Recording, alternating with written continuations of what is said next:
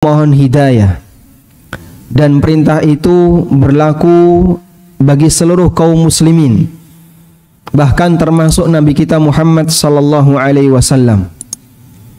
Sehingga manusia diminta untuk terus memohon kepada Allah bimbingan hidayah.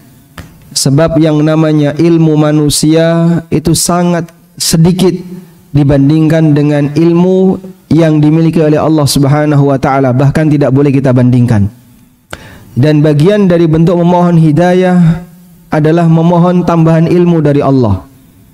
Karena itu Nabi Muhammad sallallahu alaihi wasallam membaca ihdinas siratal mustaqim dalam salat beliau. Sebagaimana kita juga membaca ihdinas siratal mustaqim, berikanlah kami petunjuk ke jalan yang lurus dalam salat yang kita lakukan. Yang namanya ilmu bagi manusia tidak ada batas, sehingga kita selalu memohon kepada Allah untuk selalu diberi tambahan. Dan kita juga memohon kepada Allah agar diberi ketakwaan, karena takwa itu tidak ada batas, sehingga tidak ada istilah puncak takwa. Sampai pun Nabi kita Muhammad sallallahu alaihi wasallam diperintahkan oleh Allah untuk bertakwa. Sebagaimana yang Allah firmankan di surat Al-Ahzab, Allah Ta'ala mengatakan, Ya ayyuhan nabiyyu taqillaha wa la tuti'il kafirina wal munafiqin. Wahai Nabi, bertakwalah kepada Allah dan jangan mentaati orang kafir dan orang-orang munafik. Kenapa seorang Nabi masih diperintahkan oleh Allah untuk bertakwa padahal beliau seorang Nabi? Karena takwa itu tidak ada puncaknya, sehingga semua manusia diperintahkan oleh Allah untuk bertakwa kepadanya.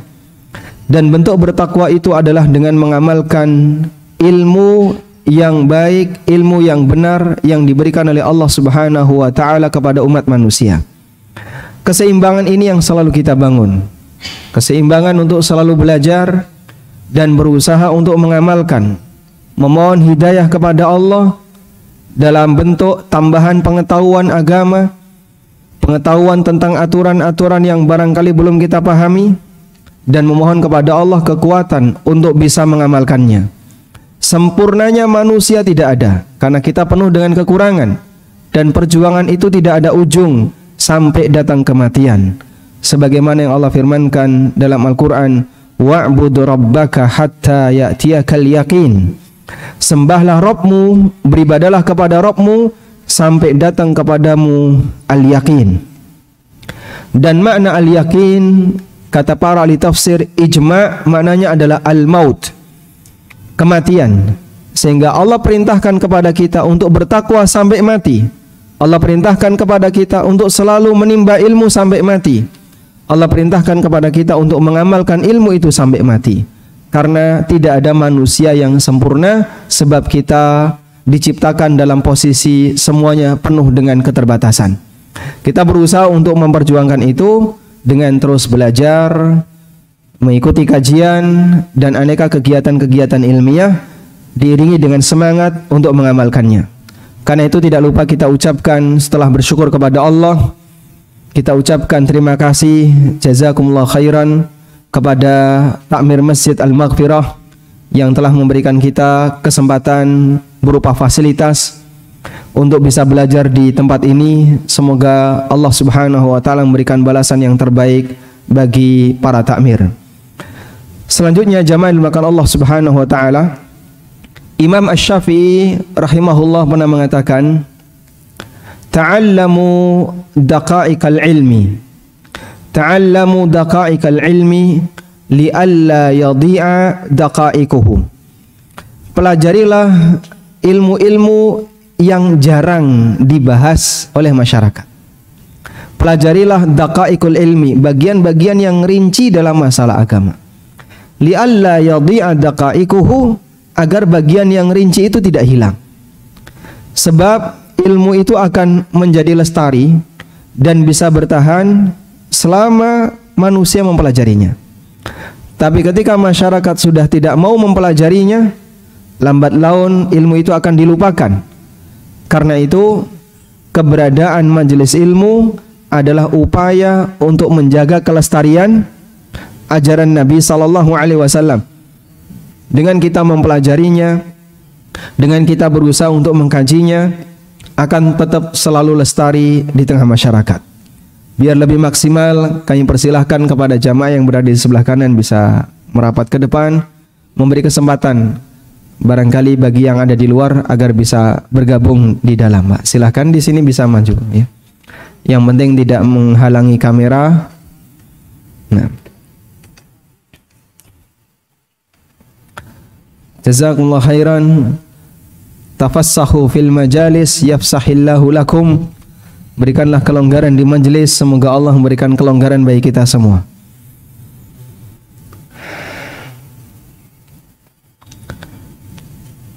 Dan di antara ilmu yang barangkali cukup jarang dibahas dalam forum kajian-kajian umum adalah ilmu seputar masalah pembagian waris. Sebab ilmu ini cukup mudah lupa karena melibatkan perhitungan. Ada juga orang yang dia tidak mau belajar ilmu waris dengan kekhawatiran ilmu ini berat. Akhirnya wedi dhisik, sudah takut duluan sebelum dia mengenal. Orang kalau sudah takut duluan, mungkin semangat dia untuk mempelajarinya jadi kurang, sehingga dia tidak mau belajar karena khawatir nanti tidak kerepotan. Ada Pak kayak gitu Pak? Banyak ya. Takut belajar, khawatir apa? Repot menjaganya. Maka dia tidak mau untuk mendekatinya karena dia takut untuk mempelajarinya. Tapi insya Allah dalam kajian kita di kesempatan ini saya akan upayakan untuk menyampaikan materi dengan sesederhana mungkin, sehingga Bapak Ibu bisa bawa pulang catatan yang baik yang kira-kira bisa menjadi bekal bagi kita dalam masalah pembagian waris. Tayyib. Saya akan berikan beberapa muqaddimah terlebih dahulu sebelum kita menginjak kepada materi tentang masalah pembagian waris. Salah satu buku yang telah saya tulis judulnya Pengantar Ilmu Waris, dan buku itu alhamdulillah sudah selesai kita bedah di ANB Channel. Barangkali sebagian jamaah sudah pernah ada yang mengikutinya. Dan sebenarnya latar belakang dari buku ini adalah melanjutkan kajian yang dulu pernah disampaikan oleh salah satu guru saya. Beliau seusia dengan saya, lulusan Lipia, Al-Ustadz Nurholis Majid. Tapi bukan Pak Dr. Nurholis ya, ini beda. Beliau berasal dari Boyolali, dan waktu itu saya sempat belajar bersama beliau ketika di pesantren Bin Bas. Saya guru matematika, beliau guru faraid. Guru matematika ngaji kepada guru faraid. Kemudian Allah takdirkan beliau meninggal dunia, tapi catatan itu masih ada. Lalu semoga menjadi amal jariah bagi beliau. Catatan itu saya ubah dan jadilah buku Pengantar Ilmu Waris. Tayyib, dan itu saya tulis pada waktu awal pandemi. Baik, muqaddimah yang pertama jamaah, bahwa dalam kajian ilmu waris ada dua pembahasan yang perlu kita bedakan. Yang pertama adalah pembahasan fikih. Yang kedua pembahasan perhitungan. Yang pertama pembahasan fikih, yang kedua pembahasan ilmu hisab. Pembahasan fikih itu lebih kepada pendekatan teoritis. Pembahasan fikih lebih kepada pendekatan teoritis. Setiap orang insya Allah bisa memahaminya dengan sangat mudah, sebab bentuknya adalah pendekatan teoritis. Contohnya gimana Pak? Contoh ya, anak laki-laki dapat warisan 2 kali lipat dibandingkan anak perempuan. Contoh yang lain, orang yang beda agama nanti mereka tidak bisa saling memberikan warisan. Contoh yang lain, keberadaan anak laki-laki menghalangi saudara mayit untuk mendapatkan warisan. Contoh yang lain, orang yang membunuh dia terhalangi untuk bisa mendapatkan warisan. Teori-teori semacam ini sifatnya adalah kajian fikih dalam masalah ilmu waris. Dan insya Allah kaum muslimin bisa memahaminya dengan sangat mudah, karena sifatnya sebagaimana kita belajar bagaimana cara sholat, sebagaimana kita belajar bagaimana cara puasa, sebagaimana kita belajar fikih-fikih yang lainnya. Di situ tidak melibatkan perhitungan sama sekali. Sifatnya hanya teori-teori yang itu merupakan dasar utama sebelum menginjak kepada masalah perhitungan. Anda kalau belajar teori fikih ilmu waris, insya Allah tidak sangat menakutkan, karena tidak melibatkan apa tadi? Perhitungan. Sehingga bagi kita ketika belajar ilmu itu begitu mudah, dan itu menjadi landasan bagi siapapun sebelum dia belajar tentang perhitungan masalah warisan. Ini yang pertama. Ada jenis yang kedua, yaitu ilmu hisab. Bagian ini yang melibatkan perhitungan. Nah, ketika sudah melibatkan perhitungan, maka dibutuhkan suasana yang lebih serius. Di situ ada istilah perhitungan munasakhat. Kalau ada orang meninggal, lalu ada ahli waris yang berhak dapat warisan, warisan belum dibagi sampai akhirnya ahli waris ini meninggal dunia. Belum dibagi lagi sampai akhirnya ada ahli waris ketiga yang meninggal dunia. Wah, itu terus cara pembagiannya gimana? Akan dilakukan pembagian atau perhitungan dengan sistem bertingkat. Yang itu dalam ilmu waris disebut dengan munasakhat. Teori munasakhat. Atau juga menemukan kasus ketika dibagi ternyata sisa. Loh, kok sisa? Nggak habis. Maka dilakukan penyelesaian yang disebut dengan rot. Disebut dengan rot. Ada juga pembagian yang ketika dilakukan kurang, sehingga pecahannya ketika ditotal itu lebih dari 1. Nah, ketika kurang, maka dilakukan penyesuaian yang disebut dengan aul. Model-model seperti ini dilakukan di tahapan ilmu hisab. Model seperti ini dilakukan di tahapan ilmu hisab. Dan waktu saya belajar di Madinah International University di Mediu, semester 4 dan 5 ada 2 semester ya, cuman 2 SKS. Kita belajar tentang pengantar ilmu waris. Ujiannya isinya cuman ngitung, dan masing-masing peserta dikasih 1 kertas untuk oret-oret. Jadi persis seperti ujian matematika. Ini 1 kertas oret-oret.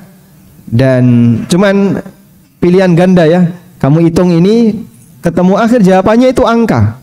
Sama seperti ketika kita belajar matematika. Nah, itu pondasinya adalah ngerti tentang munasakhat, ngerti tentang aul, ngerti tentang rot, dan beberapa model perhitungan dalam masalah ilmu waris. Insya Allah bagian ini tidak kita bahas di forum ini. Tenang ya. Jadi Anda nggak usah takut. Kita lebih banyak membahas dari sisi kajian fikihnya, tidak membahas dari sisi kajian perhitungannya. Muqaddimah yang kedua, dilihat dari objek yang dipelajari dalam masalah pembahasan warisan. Yang tadi ada 2 ya. Pertama apa? Teori fikih. Yang kedua, ilmu hisab. Maka para ulama mengatakan, orang yang belajar ilmu waris ada 2 tingkatan. Orang yang belajar ilmu waris ada 2 tingkatan. Tingkatan yang pertama adalah orang yang belajar ilmu waris hanya pada pembahasan fikih saja. Dan ini berlaku bagi masyarakat awam secara umum. Bagi mereka yang kira-kira kesulitan untuk belajar dari sisi ilmu hisab, bagi mereka yang kesulitan untuk belajar dari sisi ilmu tentang masalah perhitungan, maka mereka hanya diarahkan untuk belajar teori fikihnya. Tayyib. Untuk jenis tingkatan ini, tidak dituntut agar bisa menyelesaikan perhitungan warisan.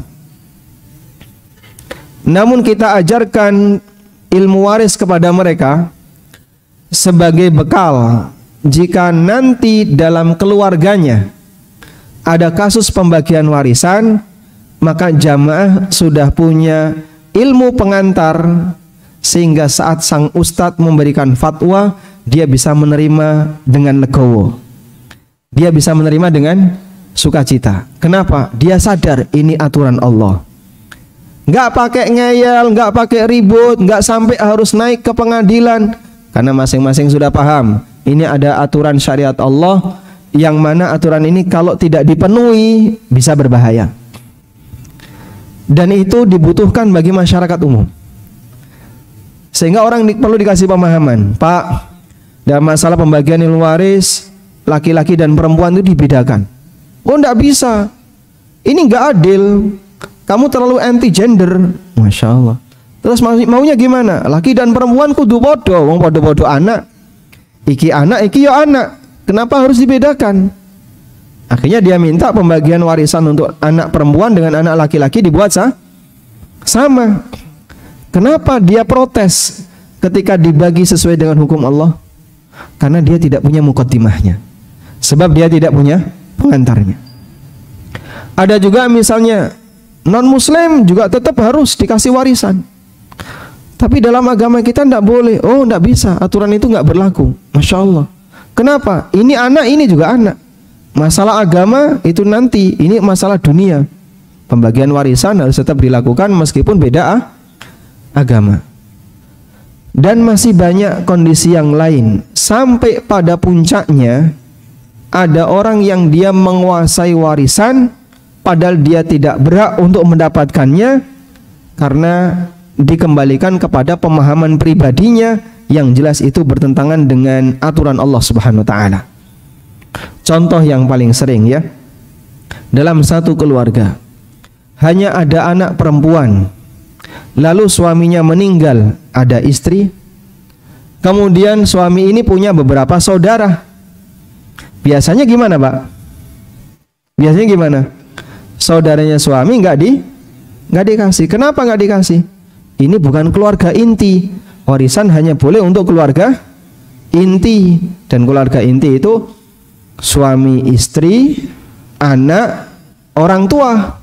Saudara nggak masuk. Akhirnya kadang saudara nggak dikasih, padahal dia termasuk orang yang berhak dapat warisan. Ada juga orang yang punya pemahaman, ibu kalau masih hidup nggak sopan bagi waris, tunggu ibu mati dulu. Akhirnya anaknya Arab warisan ya. Tapi kalau Arab warisan kok harus nunggu mbokne mati, akhirnya sing di Arab kapan bagi waris.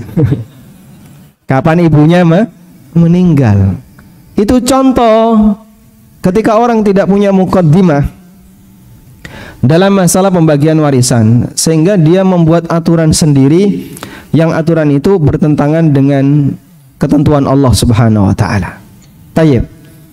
Karena itu kita belajar agar kita ketika diberitahu, Pak aturannya kayak gini, kita siap menerima. Bapak cara baginya seperti ini, kita siap menerima. Sami'na wa ata'na. Terima kasih Ustadz, saya sudah pernah punya muqaddimahnya, punya pengantarnya, pernah mengikuti kajian tentang pengantar ilmu waris, sehingga kita lebih siap untuk mendapatkannya. Tayyib. Tingkatan yang kedua, ini yang lebih tinggi. Tingkatan bagi para talibul ilmi. Mereka yang ada di kampus jurusan syariah nanti akan belajar ini ya. Dia belajar tidak boleh hanya sebatas di bagian pengantar, tapi dia harus sampai bisa menyelesaikan perhitungan.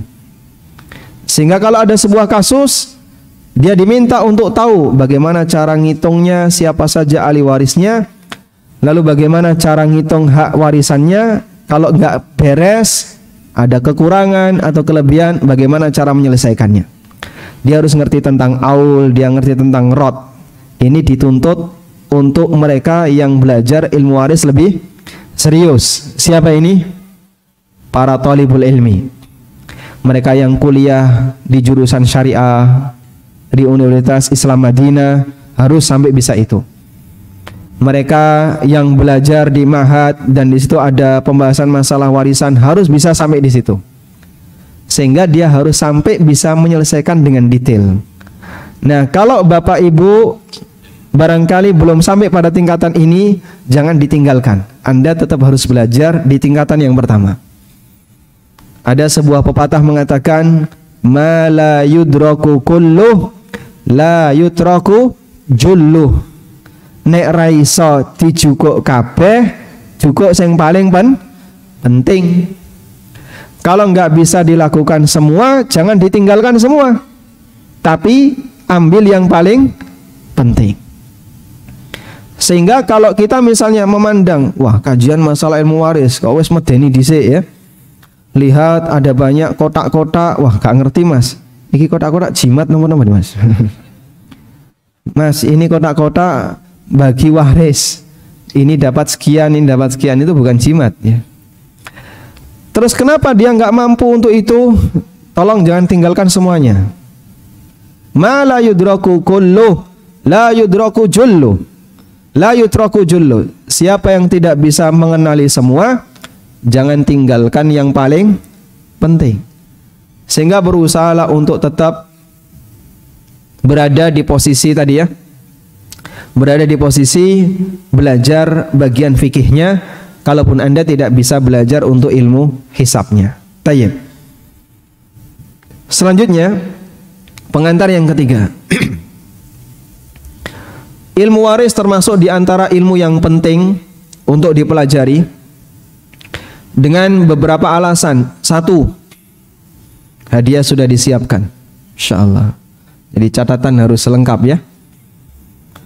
Yang pertama, Allah sendiri yang menjelaskan dengan detail pembagiannya. Sebagaimana yang Allah jelaskan di beberapa ayat di surat An-Nisa. Mulai dari ayat yang ke-11, 11, 12, 13, 14. Itu berisi tentang masalah fikih waris. Juga di bagian akhir dari surat An-Nisa, itu juga berisi tentang masalah pembagian waris. Allah sendiri yang bagi. Dan para ulama mengatakan ada 3 harta di mana Allah sendiri yang menentukan pembagiannya. Sementara yang lain atau manusia tidak diberi wewenang untuk membaginya. Sehingga tidak boleh orang berkreasi dalam masalah ini. Apa saja itu? 1, harta waris. Yang kedua, harta zakat. Yang ketiga, harta ghanimah. Waris, zakat, ghanimah. Allah yang bagi. Waris Allah yang menentukan bagaimana pembagiannya. Zakat Allah telah tetapkan 8 asnaf yang berhak untuk mendapatkannya. Masalah ghanimah Allah juga tetapkan siapa saja yang berhak untuk mendapatkannya. Sehingga ketika para sahabat bertanya, yas'alunaka 'anil anfal, qulil anfalu lillah. Mereka bertanya kepadamu wahai Muhammad tentang al-anfal, harta rampasan perang. Katakan bahwasanya al-anfal itu milik Allah dan Allah sendiri yang akan membaginya.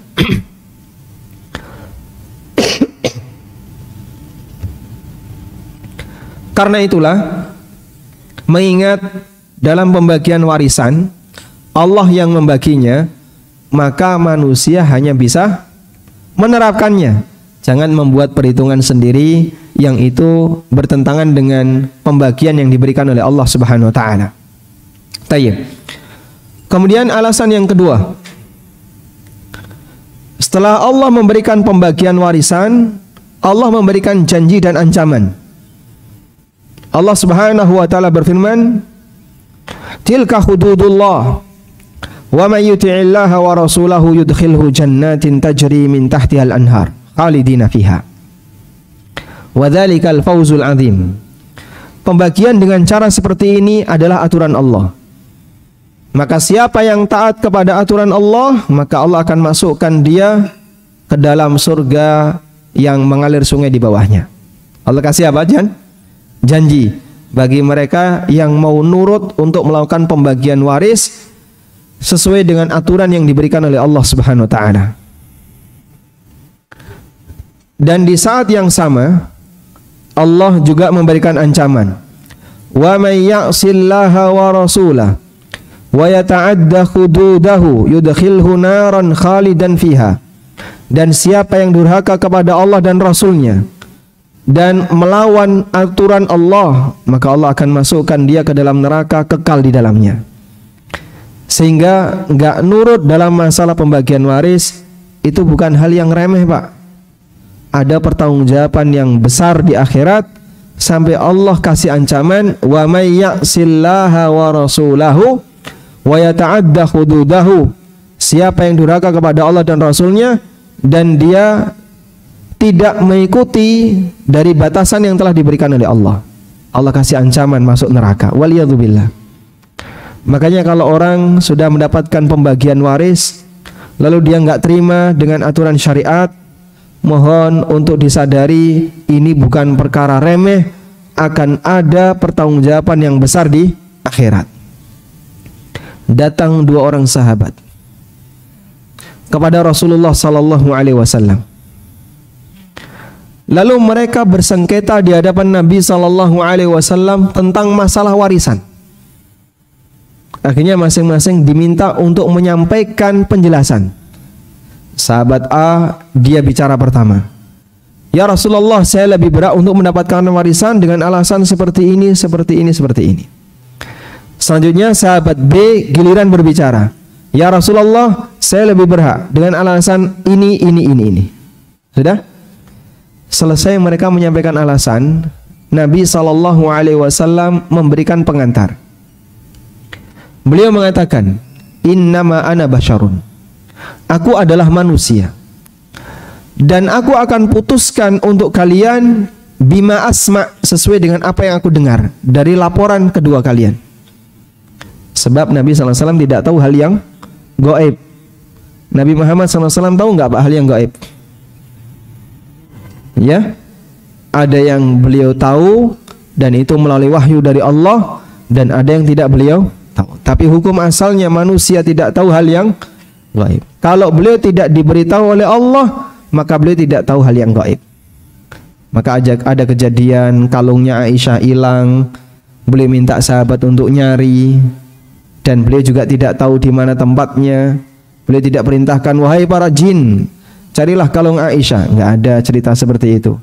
Adanya sahabat yang diperintahkan untuk mencari. Tayyib. Dua sahabat ini lapor. Mereka ingin menyelesaikan sengketanya di hadapan Nabi SAW. Yang satu menyampaikan alasan, yang satu menyampaikan alasan. Selesai itu beliau menyampaikan, innama ana basyar fa'ahkumu bima asma. Aku adalah manusia dan aku tetapkan sesuai dengan apa yang aku dengar. Lalu beliau menyampaikan, barang siapa yang aku menangkan dalam kasus ini, yang aku putuskan dia menang dalam kasus ini, wa huwa ya'lamu annahu ghairu muhikkin lidzalik, sementara dia tahu kalau sebenarnya dia tidak berhak untuk itu, faqad iqtata'tu jamratan minan nar. Sadarilah sebenarnya dia telah mengambil sebagian dari bara neraka. Kalau mau dimakan silahkan, mau dia tinggalkan silahkan. Sudah? Selesai Nabi SAW memberikan pengantar seperti itu, dua sahabat ini gemeteran sampai nangis. Mereka nangis, lalu mereka mengatakan, ya Rasulullah, kalau begitu aku serahkan harta ini kepada saudaraku. Orang yang kedua juga mengatakan yang sama, ya Rasulullah, kalau begitu aku juga serahkan harta ini kepada saudaraku. Datang dalam keadaan semangat rebutan dapat warisan. Setelah di hadapan Nabi SAW, mereka semangat untuk menolak menerimanya. Masya Allah. Kenapa Pak? Takut dengan konsekuensi di akhirat. Coba kalau semangat takwa semacam ini dihadirkan saat pembagian warisan, gak perlu Pak munggah sampai ke pengacara, itu gak perlu Pak. Apalagi kalau sudah naik ke pengadilan, lalu nyewa pengacara, nyewa penasihat hukum, duitnya tercecer-cecer di mana-mana. Bapak Ibu yang kami hormati, di Indonesia untuk bisa menerbitkan satu hukum modalnya butuh keluar berapa Pak? Butuh berapa? Untuk menerbitkan satu aturan, keputusan ketika orang sengketa. Kalau ada orang ya, warisannya cuma 50 juta, diangkat ke pengadilan, kira-kira duitnya habis di mana? Ya? Habis di mana Pak? 50 juta itu kurang Pak, bukan cuma habis. Kalau miliaran, nah itu baru ketika diperebutkan nanti nyiprat ke sana sekian ratus juta, nyiprat ke sana sekian ratus juta, sekian ratus juta. Masya Allah. Kalian tuh lo ngapain? Ngomong dikei kok padu. Cuman dikasih kok padu. Kudunya dikei ditompo dengan baik, ndak ada yang lari keluar, Pak. Tapi ketika dia dikasih, lalu dia berantem dulu, akhirnya ada yang lari ke pengacara ini, belum lagi pengacara ini nanti sama rekan-rekannya lari kemana-mana. Dengan nilai yang miliaran itu bisa habis hanya tinggal seperempatnya, yang lain hilang di jalan. Makanya kadang saya merasa heran, kok tego-tegone ada orang sampai rebutan warisan di pengadilan. Padahal resikonya sudah tahu pasti seperti itu. Iku mikirin yang di gitu kan. Coba, ini kan saudara Pak ya. Ini saudara, ini saudara. Kalau itu diperjuangkan melalui pengadilan, duitnya hilang ke yang bukan ahli waris, yang bukan saudara. Mbok tadi ngalah salah satu kan tetap masih kena saudara. Tapi karena berantem, pokoknya aku gak terima. Yang penting aku entuk. Yang penting saya dapat. Ketika yang penting saya dapat, akhirnya lari ke yang bukan saudaranya. Dan rata-rata itu terjadi disebabkan karena dorongan hasad dari setan. Orang itu tidak terima ketika ada saudaranya mendapatkan sesuatu. Padahal siapapun yang lebih berhak, kita tidak berhak untuk ngatur dan protes. Allah sendiri yang telah menghitungnya, Allah yang subhanahu wa ta'ala membaginya, dan bukan manusia yang membaginya. Tayyib. Makanya ancamannya besar. Barang siapa yang durhaka kepada Allah dan Rasulnya dan melawan aturan Allah, maka Allah akan masukkan dia ke dalam neraka. Selanjutnya terdapat sebuah hadis, meskipun hadis ini dhaif, didhaifkan oleh banyak ulama seperti Adz-Dzahabi, Ibnul Mulaqqin dan yang lainnya. Rasulullah sallallahu alaihi wasallam pernah bersabda kepada Abu Hurairah, "Ya Aba Hurairah, ta'allamul faraidah wa'allimuha fa innahu nisful ilmi wa huwa yunsa wa huwa awwalu syai'in yunza'u min ummati." Wahai Abu Hurairah, pelajarilah faraid, ajarkan ilmu faraid, karena faraid itu setengah ilmu. Faraid itu setengah ilmu. Baik, hadis ini dhaif. Tapi kalau misalnya kita bahas, kenapa sih faraid kok setengah ilmu? Dan para ulama sering menyebut bahwasanya faraid adalah setengah ilmu. Karena penjelasannya begini, sesuatu itu kalau disandingkan dengan lawannya, maka jadinya dia setengahnya. Sesuatu kalau disandingkan dengan lawannya, jadinya apa? Setengahnya. Karena itu ada istilah qaulu la adri nisful ilmi. Ada orang kalau ditanya dan dia nggak tahu, dia ditanya masalah agama dan dia bilang nggak tahu, saya nggak tahu, itu sama dengan setengah ilmu.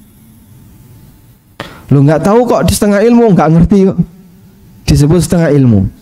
Sebab nggak tahu itu sandingannya apa? Tahu.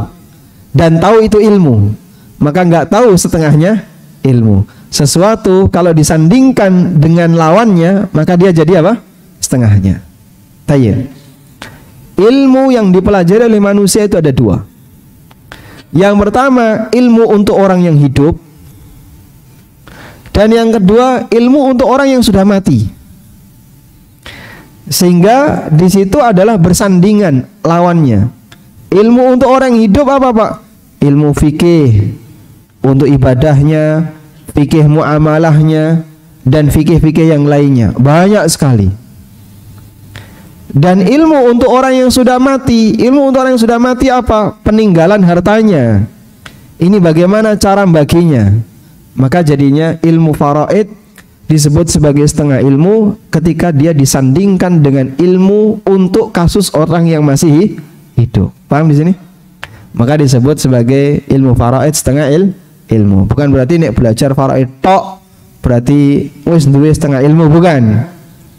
Tapi maksudnya Ilmu faraid itu membahas untuk kasus orang yang sudah meninggal, yang itu merupakan lawan untuk ilmu kasus bagi orang yang hidup. Sehingga ketika sesuatu itu disandingkan dengan pasangannya, maka jadilah dia separuhnya. Baik. Dan dulu para sahabat mereka banyak memberikan motivasi agar belajar ilmu faraid, seperti yang disampaikan oleh Umar bin Khattab radhiyallahu anhu. Beliau pernah mengatakan, ta'allamul faraidha fa innaha min dinikum. Pelajarilah ilmu faraid karena faraid itu bagian dari agama kalian. Dan dalam riwayat yang lain beliau mengatakan, ta'allamul faraidha wan nahwa was sunnah kama tata'allamuna al-Qur'an. Pelajarilah ilmu faraid, ilmu nahwu dan sunnah sebagaimana kalian belajar Al-Qur'an. Abu Musa al-Ash'ari radhiyallahu anhu juga pernah mengatakan, mathalul ladzi yaqra'ul Qur'ana wa la yuhsinul faraid. Orang yang pandai ilmu Quran tapi dia enggak ngerti faraid, kamatsali burnus la ra'sa lahu. Seperti burnus tapi enggak ada kepalanya. Burnus seperti ini ya. Pakaian burnus ya. Jadi baju ada kepalanya. Namanya apa? Hoodie ya. Jaket hoodie. Seperti jaket hoodie yang enggak ada kepalanya. Ini keterangan Abu Musa al-Ash'ari. Sehingga beberapa sahabat menekankan agar kita belajar ilmu waris, sebab ilmu ini kalau tidak dipelajari dan banyak orang yang ketakutan untuk mempelajarinya akan hilang dan tidak lestari di masyarakat. Saat dibutuhkan orang tidak bisa memberikan jawaban dengan tepat. Baik. Berikutnya, sedang ngantuk jamaah? Belum? Ya, tayyib. Pokoknya nanti dilihat kok matanya sudah merah berarti harus selesai kajiannya ya. Ini kan jam istirahat ya. Jam istirahat untuk anak-anak bayi maksudnya. Yang dewasa yang mampu bayi juga ada ya. Tayyib. Kita lanjutkan. Muqaddimah berikutnya. Yang keberapa, Pak? Yang keempat. Muqaddimah yang keempat. Perlu dibedakan antara fatwa dengan keputusan hakim. Bedakan antara fatwa dengan apa? Keputusan hakim. Ketika Bapak Ibu punya kasus warisan di rumah tangga, ada kasus warisan di rumah Anda, lalu Anda ingin mendapatkan penyelesaian. Pak, saya ngitung sendiri kok kayaknya nggak sanggup. Diundanglah seorang ustadz. Diundanglah seorang ustadz yang paham dalam masalah ini. Sudah? Dan sang ustadz memberikan jawaban.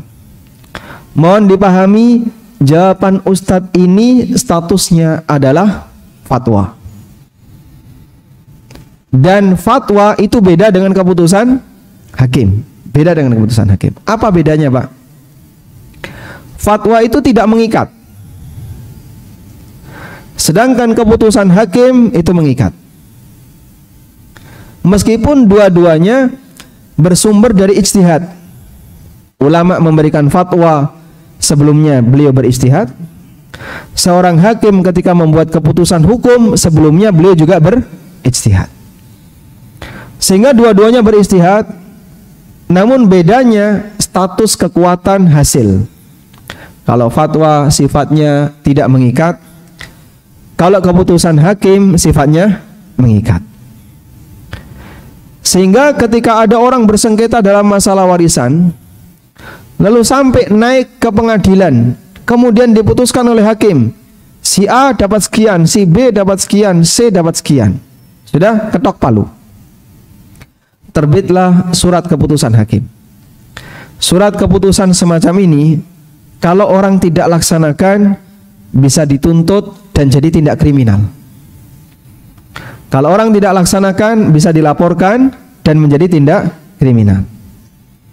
Karena dia sifatnya mengikat, punya kekuatan daya paksa.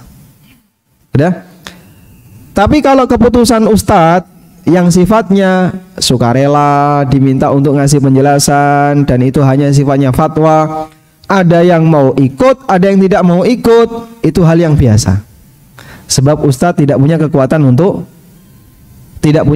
untuk memaksa. Sehingga sang ustadz menjelaskan. Selesai menjelaskan, ada salah satu anggota keluarga Anda yang nggak terima. Saya nggak terima Pak Ustadz. Ustadz ngasih ancaman, awas kalau jenengan nggak terima kobong sampean. Kok bisa Ustadz kayak gitu? Piye carane ngobong wong? Bisa nggak kayak gitu Pak? Nggak bisa. Bisa nggak orang maksa? Nggak bisa. Sebab dia hanya memberikan fatwa. Maka masalah keluarga ini mau menerima dan tidak menerima, itu urusan pribadi mereka. Sang ustadz kewajibannya adalah menyampaikan penjelasan sesuai dengan disiplin ilmu yang beliau miliki. Tapi beliau tidak punya wewenang untuk memaksakan hasil dari perhitungannya agar diterapkan dalam pembagian waris di keluarga fulan yang berkonsultasi kepada beliau. Nah, prinsip ini saya pegangi. Sehingga kalau ada orang yang mau ngundang saya, minta tolong agar dilakukan pembagian warisan, pertama yang saya minta satu Pak, keluarga Anda harus sudah kenal saya, dan yang kedua mau menerima apa yang saya sampaikan. Kalau mereka, Pak, keluarga saya ada yang mau menerima, ada yang belum bisa menerima, kita beda-beda latar belakang, ono sing wis ngaji, ada yang preman, ada yang non muslim, ada yang pinginnya ini. Masya Allah Mas, ini kalau saya datang ke situ seperti saya datang ke kandang macan Mas. Nggak sampean padu karo PDW, aku mau ngrungokno, malah jadi masalah. Saya tidak mau. Buat apa? Tapi kalau saya diminta untuk memberikan penjelasan terkait masalah kewajiban seorang muslim untuk taat kepada aturan Allah, alhamdulillah sudah banyak kajian yang kita sampaikan dalam masalah ilmu waris. Silakan Anda kasih tonton itu dulu, tunjukkan ke mereka. Sudah, ini mukaddimah pertama. Kalau seperti ini belum, lalu tiba-tiba Anda datangkan seorang ustadz dari sekolah manapun, dia ditolak Pak sama keluarga yang lain. Sebab belum tentu pembagian itu diridhoi sama mereka. Loh kok saya cuma dapat setengah ini Pak Ustadz? Ini ustadz apa ini? Agamanya Pak Ustadz apa Pak Ustadz?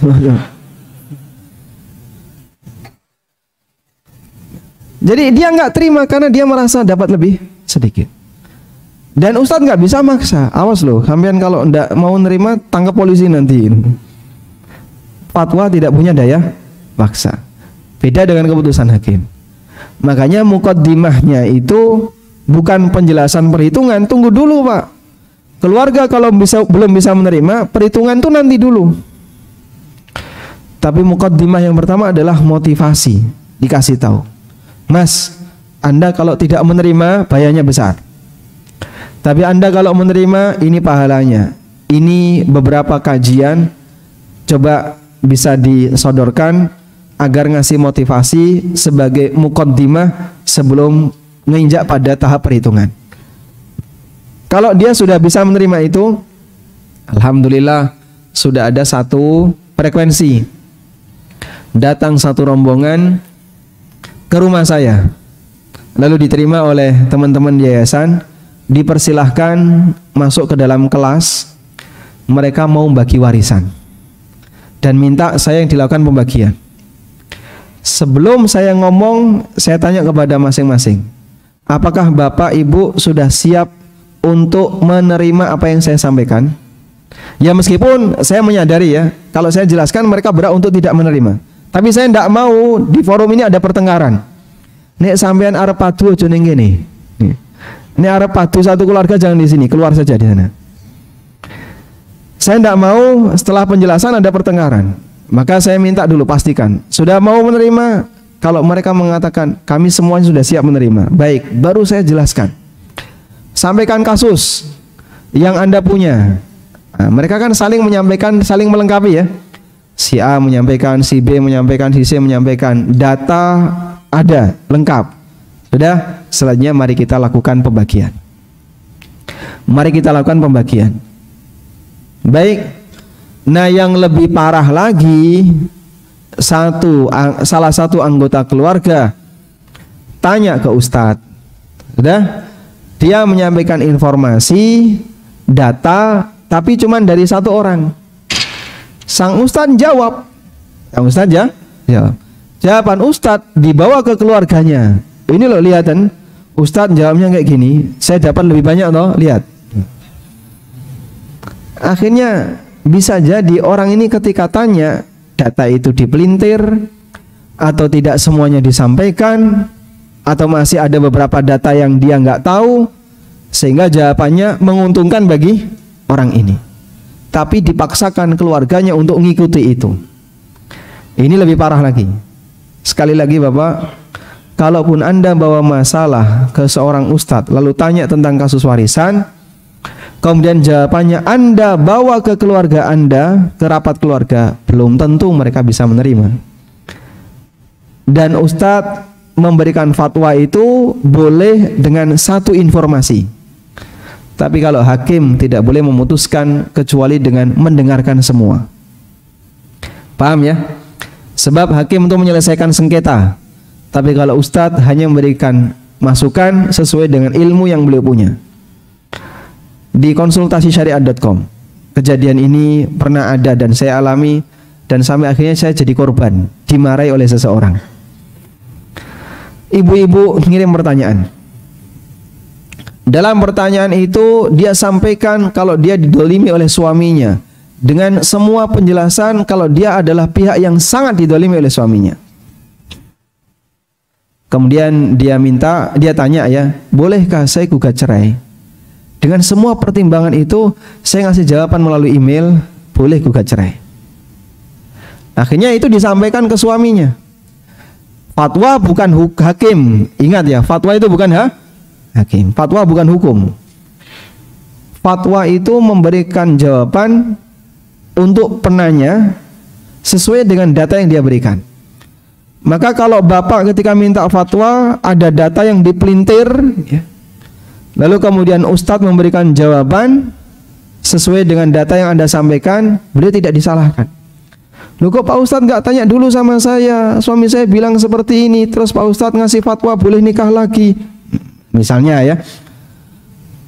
Padahal data yang disampaikan suami saya itu keliru Pak Ustadz. Loh, saya tidak bertanggung jawab untuk tanya kepada siapapun berkaitan dengan kasus yang dialami oleh penanya pertama. Karena ini sifatnya apa? Fatwa. Beda dengan hakim ya. Kalau hakim harus cover both side. Semua sisi harus dia cover. Hakim akan dinyatakan salah jika satu orang bicara, yang lain disuruh diam. Itu salah.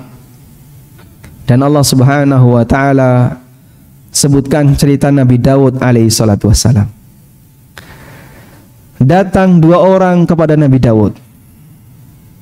Lalu yang satu mengatakan, inna akhi lahu tis'un wa tis'una na'jatan wa liya na'jatun wahida faqala akfilniha wa azzani fil khitab. Saudaraku ini punya 99 kambing. Saya cuman punya satu kambing. Terus dia menang debat, mengalahkan aku, kemudian kambingku diambil. Jadi genep jadi 100. Wa azzani fil khitab. Dia bisa mengalahkanku dalam bicara. Daud langsung ngasih keputusan. Qala laqad zalamaka bi su'ali na'jatika ila ni'aji. Kamu telah mendolimi saudaramu disebabkan kamu meminta agar kambing dia dijadikan satu dengan kambingmu. Dan itu kan ditegur oleh Allah. Ditegur oleh Allah. Wa dhanna Dawudu annama fatannahu. Dan Daud yakin ini adalah ujian dari Allah. Lalu beliau bersujud tersungkur kepada Allah Subhanahu wa taala. Baik, para ulama mengatakan kenapa Nabi Daud ditegur oleh Allah?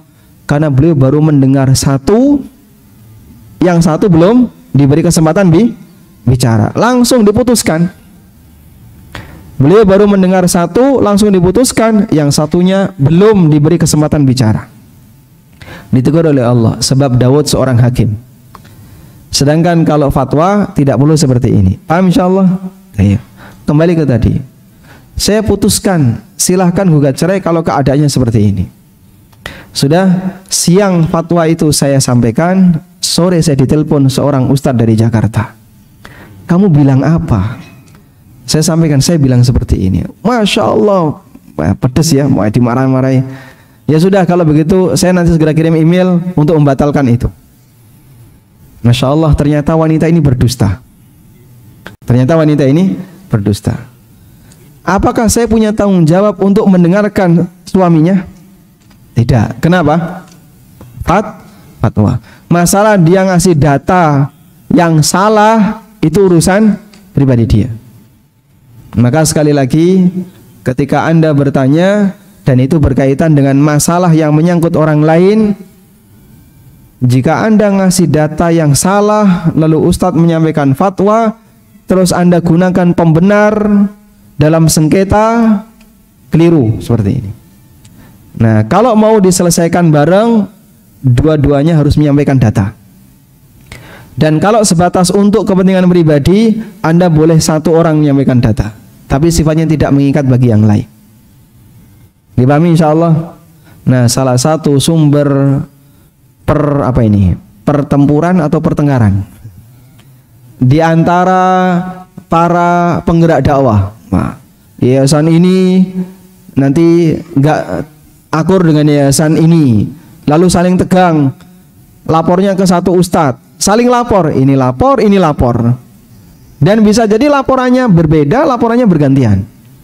Akhirnya ustadznya jadi mencle, bar ngomong dele saiki dadi tempe, dipermainkan oleh jamaahnya. Karena tanyanya kayak gitu Pak, caranya Pak. Baik, sehingga tolong untuk mengedepankan prinsip kejujuran pada saat orang itu bertanya tentang kasus yang ada kaitannya dengan orang lain. Kalau pribadi, yaitu silahkan, tidak perlu ngundang orang lain. Pak Ustadz, kalau saya sholat sebelum tasyahud akhir kurang 1 detik ngentut, itu gimana hukumnya Ustadz? Nah, itu kan pribadi ya, nggak ada kaitannya dengan orang lain. Tinggal 1 detik aja Ustadz, masa nggak boleh Ustadz? Sayang sekali itu 4 rakaat hilang. Tayyib. Itu contoh kalau pribadi. Yang seperti ini, Anda misalnya memelintir data, lalu Ustadznya ngasih penjelasan yang sesuai data Anda dan salah tidak sebagaimana realita, yang nanggung dosa 1 orang. Tayyib. Selanjutnya jamaah yang dimuliakan Allah, setelah kita memahami perbedaan antara fatwa dengan apa tadi? Keputusan hukum, maka fatwa boleh diundang dalam rapat keluarga, namun tolong dikondisikan terlebih dahulu agar nanti tidak menjadi sumber sengketa. Karena Anda membawa pendapat dan belum tentu pendapat itu bisa diterima oleh keluarga kalau dia belum punya muqaddimah. Kondisikan keluarganya dulu, kalau mereka sudah terkondisi baru silahkan dilanjutkan. Nah, selanjutnya kita akan bahas beberapa kaidah fikih terkait masalah warisan. Muqaddimah sudah selesai ya. Kita bahas beberapa kaidah fikih terkait masalah warisan.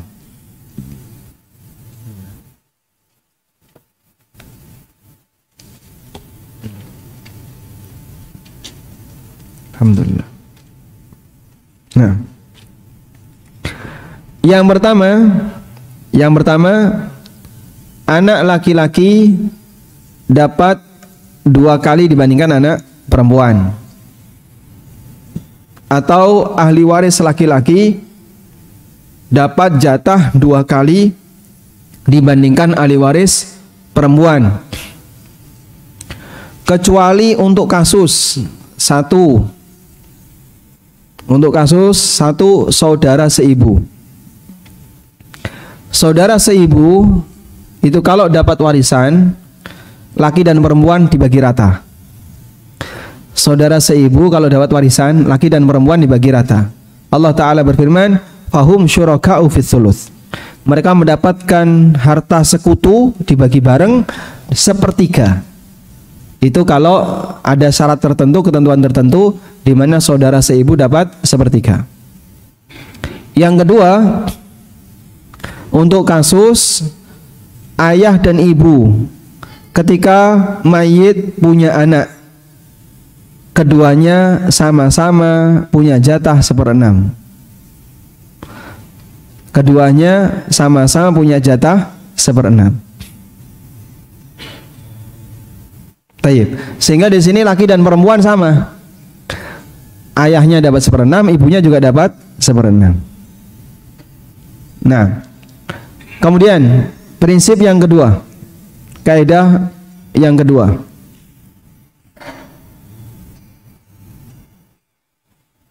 bahwa sebab perpindahan harta dari orang tua ke anak itu ada 3. Sebab perpindahan harta dari orang tua ke anak ada berapa? 3. 1, sebab nafkah. Yang pertama adalah sebab nafkah. Adalah perpindahan harta dari orang tua ke anak yang sifatnya wajib dan nilainya sesuai kebutuhan bagi anak yang tidak mampu. Perpindahan harta dari orang tua ke anak sifatnya wajib, nilainya sesuai kebutuhan bagi anak yang tidak mampu. Dipahami ini? Baik. Yang kedua adalah hibah atau hadiah. Hibah atau hadiah adalah perpindahan harta dari orang tua ke anak di luar kebutuhan. Perpindahan harta dari orang tua ke anak di luar kebutuhan. Sifatnya tidak wajib, namun harus sama semua anak. Siji dikai, kabeh kudu diparingi. Satu dikasih, yang lain juga harus dikasih. Dipahami insyaallah? Baik. Laki dan perempuan sama, sebab ini bukan warisan. Hibah itu bukan warisan, sehingga laki dan perempuan boleh sama. Anak pertama dikasih, anak kedua, anak ketiga juga dikasih. Ada orang tua yang memberikan anaknya. Anak pertama nikah dikasih mobil. Maka nanti adiknya yang TK, kalau ini nikah harus dikasih mobil.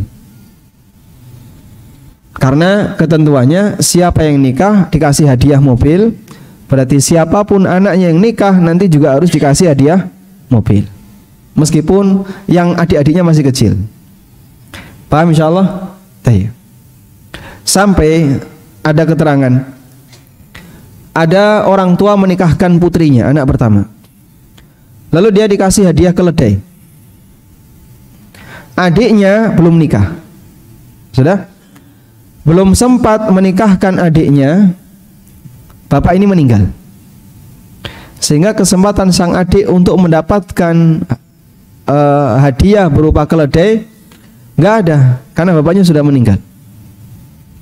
Kata para ulama, adiknya ini boleh minta kepada kakaknya agar keledai itu dibagi 2. Sehingga harganya berapa? 5 juta. Maka yang 2,5 dikasihkan ke adiknya, dibayari dia. Sampai demikian dalam rangka untuk menjaga pemerataan dalam masalah hibah atau hadiah. Bedanya hibah dengan hadiah, Bapak?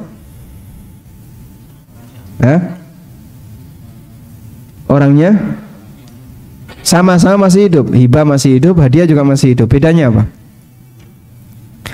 Kalau hadiah tidak baik. Perbedaannya adalah kalau hibah itu tanpa sebab. Tiba-tiba bapak ngasih, nggak ada sebab prestasi, nggak ada sebab satu yang istimewa, langsung ngasih. Kalau hadiah itu ada sebab, nikahan, lulus kuliah, terus apa lagi misalnya, nikah lagi dan seterusnya. Nah itu terus dikasih hadiah, boleh nggak? Nah ini namanya hadiah, ada sebab, terus dia dikasih ya hadiah. Nah tapi kalau hibah tanpa sebab, kadang tiba-tiba anak dikasih begitu saja. Ketika hibah itu dikasihkan tanpa sebab, harta itu dikasihkan tanpa sebab, ini statusnya apa? Hibah. Tayyib. Dan dua-duanya harus sama. Makanya kalau anak satu dikasih kendaraan, anak yang lain kasih kendaraan. Jika syaratnya nikah, berarti itu hadiah ya. Ini nikah, kasih motor. Nanti anaknya yang terakhir kalau nikah harus kasih motor. Ada pemerataan. Tayyib. Yang ketiga, warisan. Perpindahan harta dari orang tua ke anak yang sifatnya otomatis.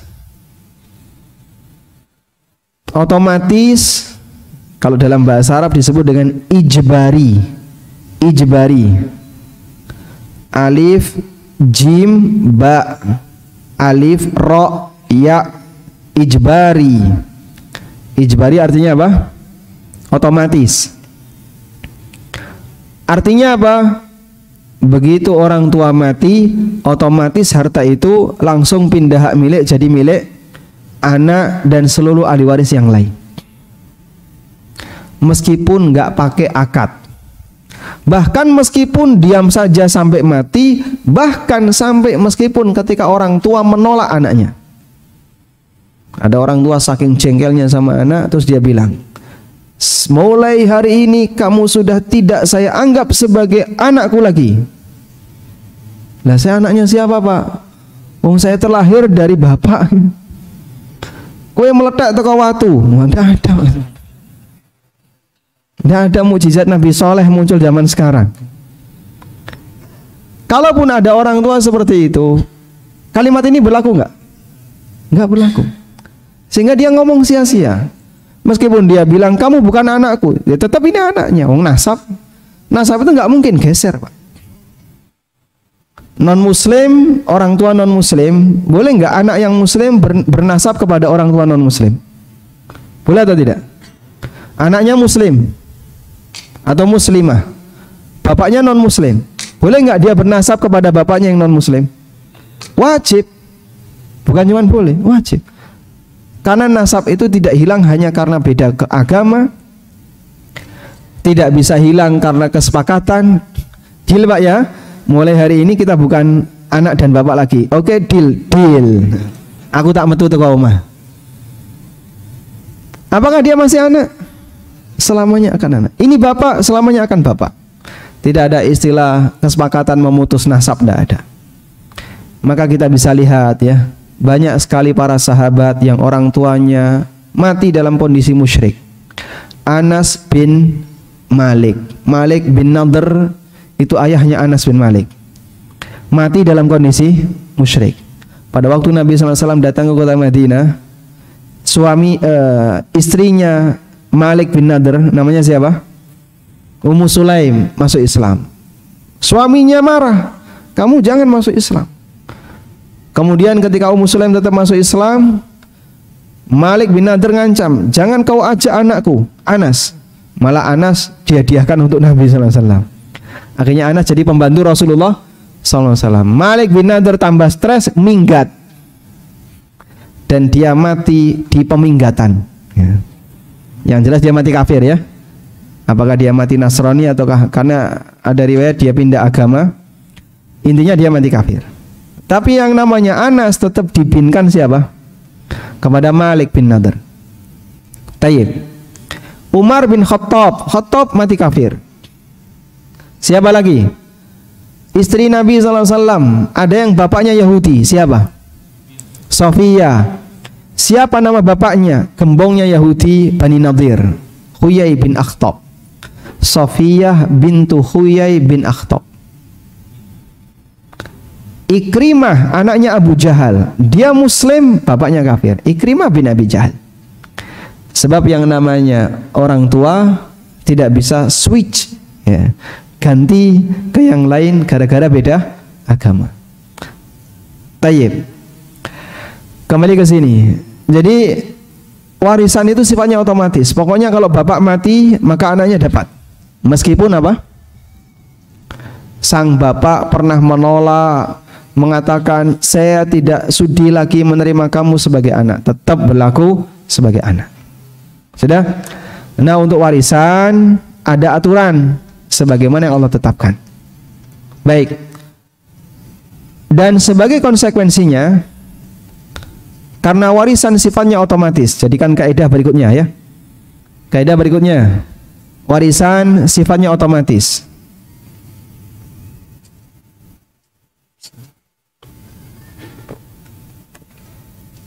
Alhamdulillah. Karena warisan itu sifatnya otomatis, maka yang pertama tidak perlu akad. Bapak tidak pernah melakukan akad dengan saya dalam pembagian warisan, tidak apa-apa. Sebab Allah yang bagi, bukan manusia yang bagi. Yang kedua, anak berbakti dengan anak yang durhaka, jatahnya sesuai aturan. Dua anak lanang loro, sing siji berbakti nurut, sing siji badung. Apakah warisannya beda? Sama-sama laki-laki? Sama. Maka anak berbakti dapat warisan sebagaimana status dia dan bukan kebaktiannya. Nah, sering sekali ini yang jadi masalah di keluarga. Bapak sudah tua, ibu sudah tua. Anak nomor siji, loro, telu, papat, limo, lunga kabeh. Yang satu di Jakarta, yang satu di pulau mana, ada yang di luar negeri dan seterusnya. Sing paling bungsu anak perempuan, suruh jaga. Dia yang jaga orang tuanya. Dia yang merawat orang tuanya, bahkan sampai kadang tertunda nikah dalam rangka jaga orang tua. Jadilah ini anak lebih berbakti dibandingkan yang lain. Sampai akhirnya orang tua ini meninggal dunia. Dilakukan pembagian waris. Ini anak perempuan lebih berbakti dibandingkan kakak-kakaknya yang laki-laki yang semuanya keluar daerah. Saat dilakukan pembagian waris, yang laki-laki dapat 2 kali anak perempuan. Loh, ini yang paling berbakti kok malah dikai paling sedikit. Gimana Pak kira-kira jawabannya? Gimana jawabannya Pak? Jawabannya gimana? Warisan tidak bergantung kepada aktivitas berbakti dan tidak. Sehingga berbakti kamu ini yang jamin pahalanya Allah, bukan warisan. Mosok gelem berbakti nek dicekeli warisan. Nek ra dicekeli warisan durhaka kabeh. Dan itulah kita. Makanya sampai kadang ada perkataan seperti ini ya. Sampai ada perkataan seperti ini. Seorang ibu dia bisa melayani banyak anak. Bisa melayani banyak anak. Tapi banyak anak belum tentu bisa melayani seorang ibu.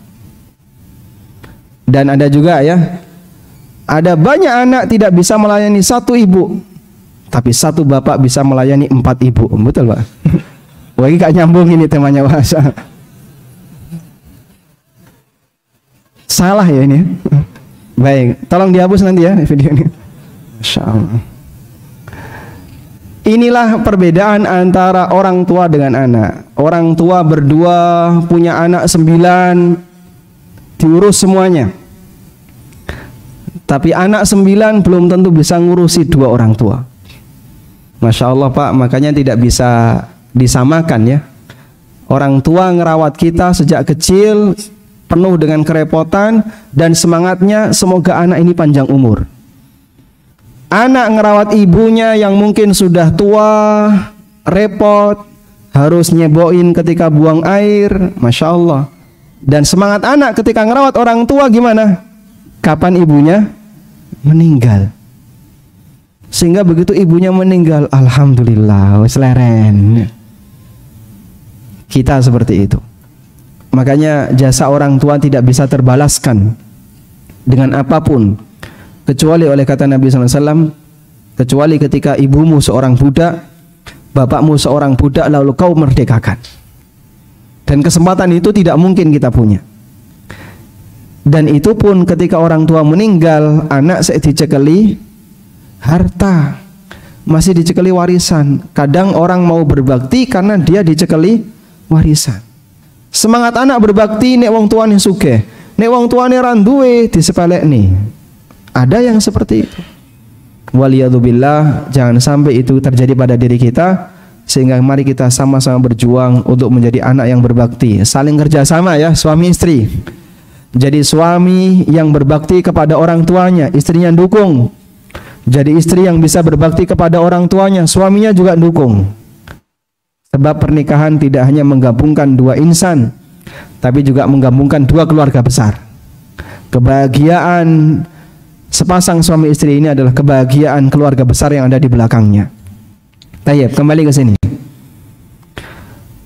Karena itu, mengingat warisan sifatnya otomatis, maka anak berbakti tidak bisa mendapatkan warisan lebih. Demikian pula sebaliknya, anak yang durhaka, warisannya tidak boleh dikurangi.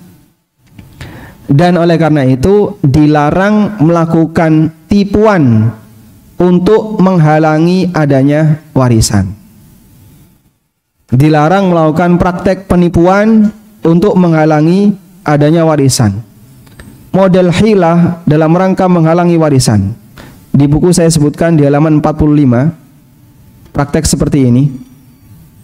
Di halaman 85 ada orang yang melakukan praktek hilah, yaitu membuat data palsu atau membuat hilah agar tidak dapat warisan. Contohnya kejadian suami istri di mana suami ingin istrinya nggak dapat warisan. Contohnya apa? Dicerai menjelang wafat, dicerai menjelang mati. Tayyib, para ulama memberikan rincian. Kalau ada seorang suami yang menceraikan istrinya, mantan istri ada Pak? Ada. Mantan anak?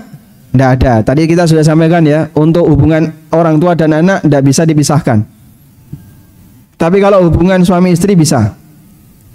Dan kalau sudah mantan istri, maka dia nggak dapat warisan. Tapi kalau masih suami istri bisa dapat warisan. Saya pernah dapat pertanyaan ya. Ada ibu-ibu yang tanya, Pak, suami saya impoten dan lumpuh orangnya, jadi hanya bisa dirawat, tapi kaya, dan ibu ini masih produktif. Terus beliau menyampaikan, boleh nggak saya nikah lagi tanpa bercerai dengan suami yang pertama? Masya Allah. Ibu kalau mau nikah lagi harus bercerai dengan suami pertama, tapi saya nggak mau bercerai. Kenapa? Tinggal sebentar lagi orang ini.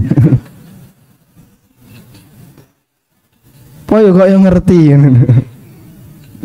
Udah lagi kan game over ya. Jadi maksud dia nggak mau bercerai agar nanti bisa mendapatkan kekayaannya, hartanya. Cuman dia karena masih wanita produktif, punya ketertarikan untuk nafkah batin, sehingga dia pingin nikah lagi. Ya aturan seperti itu nggak bisa. Baik.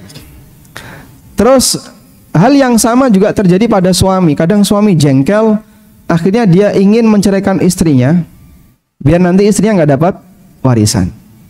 Maka kita kasih rincian di sini ya. 1. Untuk cerai yang masih bisa rujuk,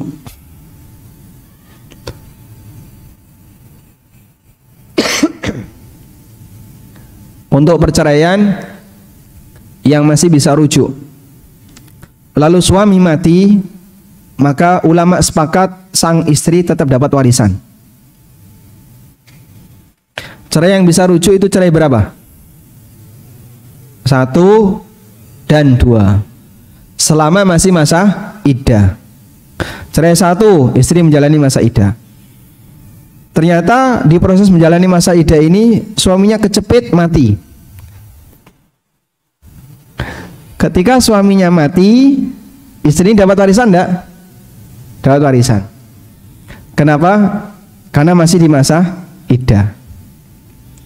Meskipun awalnya dia ceraikan itu dengan niat dalam rangka biar dia nggak dapat warisan. Ulama sepakat cerai di masa iddah, jika suami mati istri dapat warisan. Yang kedua, jika cerai yang dijatuhkan suami adalah talak bain. Talak bain itu talak di mana tidak bisa rujuk. Nah, bain itu ada dua. Ada bain sugro, bisa nikah lagi. Ada bain kubro, tidak bisa nikah lagi kecuali jika si wanita ini nikah dengan laki yang lain. Tayyib. Untuk talak bain baik sugro maupun kubro, apakah setelah habis masa iddah istri bisa dapat warisan? Menurut jumhur ulama, istri tetap dapat warisan. Jika semangat suami dalam menceraikan istrinya dalam rangka agar istrinya tidak dapat warisan. Nah, itu dilihat dari cara dia ngomong.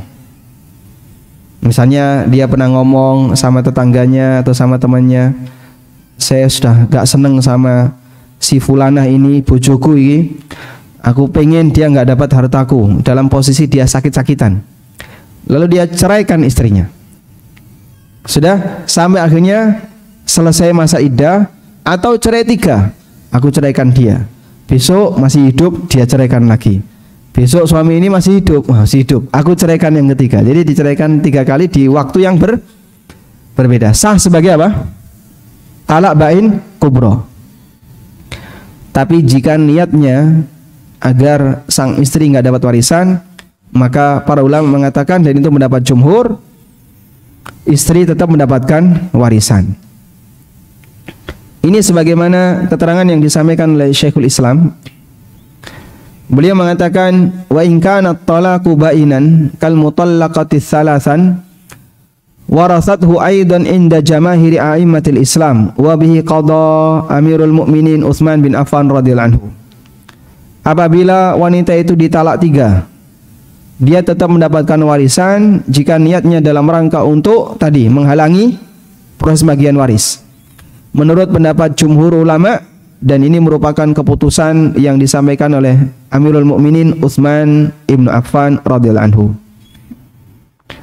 Dan keputusan Utsman ini dijatuhkan ketika Abdurrahman bin Auf menceraikan istrinya Bintul Asbagh Al-Kalbiyah dengan cerai 3 ketika Abdurrahman sakit mendekati kematiannya. Setelah Abdurrahman meninggal, Utsman bermusyawarah dengan para sahabat. Lalu mereka berpendapat bahwa mantan istrinya Abdurrahman tetap berhak dapat warisan, dan tidak ada satupun sahabat yang menolak keputusan ini, sehingga menjadi sepakat dalam forum itu di masa Utsman. Sebagaimana kutipan yang disampaikan oleh Asy-Syafi'i dalam kitabnya Al-Wallahu a'lam. Cukup Pak ya? Baik. Udah capek ini ya. Capek mendengarkan atau capek nulis? Oh, capek nulis. Tapi barangkali kalau misalnya Anda ingin mendapatkan keterangan lebih lengkap, nanti bisa dibaca di buku saya yang judulnya Pengantar Ilmu Waris. Demikian, semoga bermanfaat. Wassallallahu ala nabiyyina Muhammadin wa ala alihi wa sahbihi wasallam. Wa akhiru da'wana alhamdulillahi rabbil alamin. Ini pertanyaan boleh langsung atau bagaimana, Mas? Gimana? Silakan, kami kembalikan ke moderator ya. Baiklah, terima kasih Ustadz Amin Nur Bait atas tausiahnya. Bagi yang ingin bertanya secara langsung, sebentar.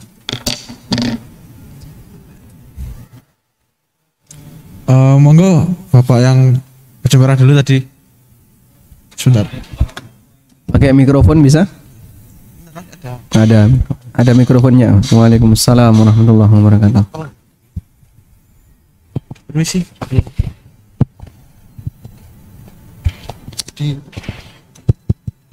Assalamualaikum warahmatullahi wabarakatuh. Waalaikumsalam warahmatullahi wabarakatuh. Ini ada orang Buat pertanyaan. Ini ada orang keluarga ya.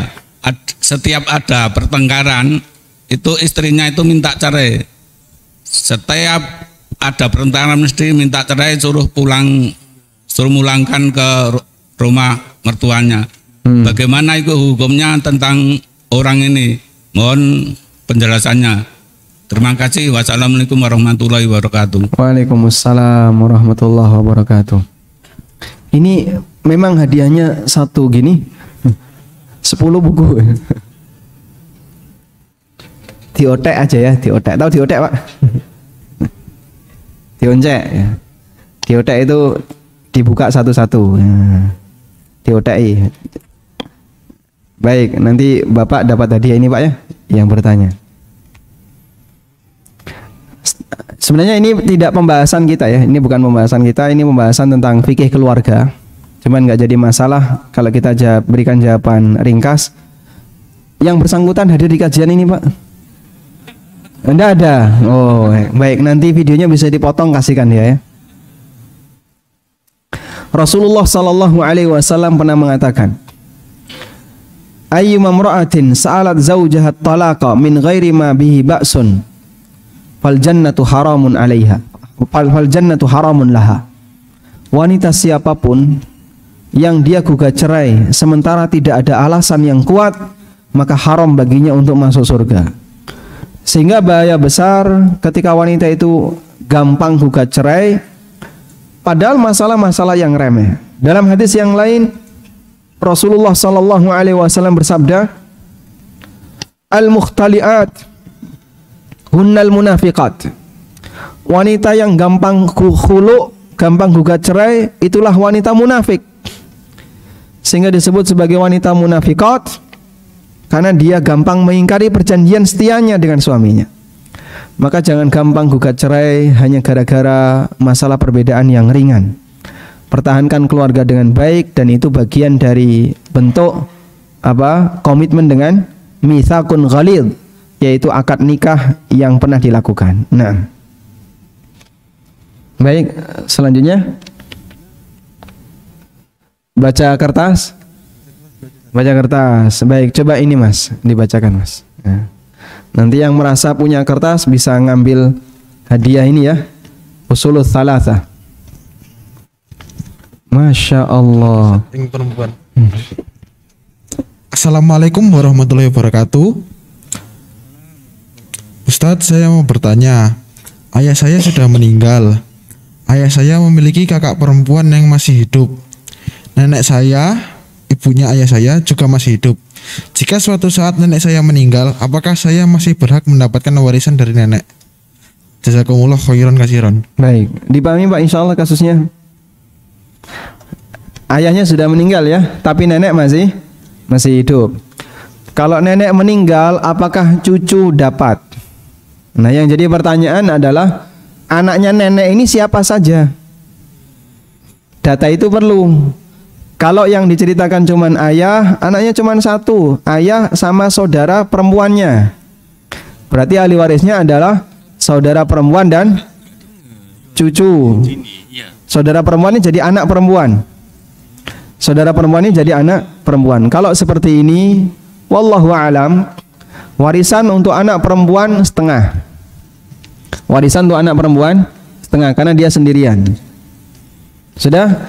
Lalu cucu mendapatkan 1/6 takmilatan tsulusain, agar genap jadi 2/3. Nah, masih sisa 1/3. Sisa 1/3 itu jadi rot. Nah, rot ini nanti dibagi berdua sesuai porsi. Satunya setengah, satunya 1/6, porsinya berapa? Terus dibagi berdua sesuai porsi. Kalau enggak ada oret-oretannya bingung ya. Ini cuman pertanyaan beliau, cucu dapat enggak? Nah, saya perlu melihat data ahli waris yang lain. Baik. Titipan apa? Titipan pertanyaan. Ini banyak juga Pak, Masya Allah. Baik, tadi yang merasa bertanya lewat kertas. Nah, ini ada pertanyaannya, bagus mungkin ya, silakan. Assalamualaikum warahmatullahi wabarakatuh. Apakah waris harus segera ditunaikan atau bisa kapan-kapan? Ada tanah waris untuk usaha misalnya. Baik. Apakah pembagian waris harus disegerakan? Apakah pembagian waris harus disegerakan? Baik, ceritanya begini ya. Si A, ini ilustrasi ya. Si A menikah dengan B. Punya anak PQRS. Punya anak PQRS. Sudah? Laki perempuan, laki perempuan. Baik. Begitu A meninggal dunia, maka otomatis seluruh hartanya A pindah hak milik jadi hartanya B PQRS. Otomatis. Sebab warisan itu tanpa akad. Paham? Saya ulang ya. Ketika si A mati, maka otomatis hartanya si A pindah hak milik. Terjadi pindah milik, langsung jadi milik istrinya dan seluruh anaknya yang merupakan ahli warisnya. Sudah? Karena itu untuk bagian ini di luar kehendak manusia. Ini Allah yang ngatur. Baik. Nah, selanjutnya hartanya si A ini menjadi harta bersama. Menjadi harta bersama miliknya B PQRS. Paham? Ibaratnya mereka dikasih sama bapaknya si A. Ini loh, tanah ini jadi milik kalian bersama. Nah, setelah jadi harta bersama yang belum ditentukan pembagiannya, itu disebut dengan malul musya'. Disebut dengan mal al-musya'. Mal musya' itu apa? Al-musya' itu harta milik bersama yang belum ditentukan pembagiannya.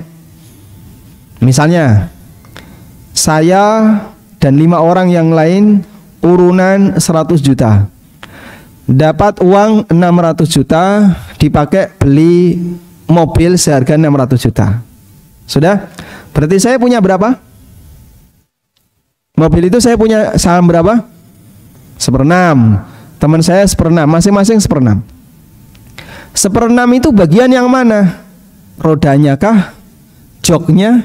Setirnya? Atau mananya? Tidak ditentukan. Yang jelas saya punya 1/6. Nah, total di mobil yang hak saya 1/6, dan mobil itu nggak bisa diiris-iris kayak kue gitu ya. Maka mobil ini disebut dengan mal musya'. Mim, shin besar ya. Titik 3, alif, ain, saudaranya ghin. Musya'. Harta musya' yang itu dimiliki bersama, berhak bagi siapapun yang punya saham di situ untuk meminta. Sudah? Meskipun mereka juga berhak untuk bersepakat agar dibiarkan. Saya ulang ya. Harta bersama ini berhak bagi siapapun untuk minta, dan berhak bagi siapapun yang punya saham di situ untuk mendiamkan. Sehingga kalau misalnya 10 ahli waris atau berapa tadi? B PQRS jadi 5 ya. 5 ahli waris ini sepakat, sudahlah, tanah ini kita biarin aja. Nanti kalau harganya sudah naik baru kita jual. Kalau mereka sepakat seperti itu, boleh untuk dipertahankan. Paham di sini? Dan jika ini yang dimaksud menunda pembagian warisan, nggak jadi masalah. Sebab seluruh ahli waris sepakat. Paham? Tapi kalau ada salah satu yang minta, PQ, anak rodok kere, minta warisan bapaknya, B sebagai ibu menghalangi, ibu saya urip kok njaluk warisan, gak pantas, gak sopan. RS sebagai saudara pembela ibu, dia memarahi PQ, gak boleh kayak gitu, tunggu ibu mati. Sudah? Kalau seperti ini yang terjadi, maka sang ibu berarti menghalangi hak milik orang lain. Boleh nggak? Nggak boleh. Karena ibu ini menghalangi hak milik orang lain. Hukumnya tidak diperbolehkan. Paham insyaallah? Nah, inilah yang dimaksud pembahasan tidak boleh menunda warisan. Apabila di situ sampai pada keadaan menghalangi hak milik orang lain. Tapi kalau tidak sampai menghalangi hak milik orang lain, tidak masalah. Wallahu a'lam. Baik. Kita sampai jam berapa? Jam 10:30 ya.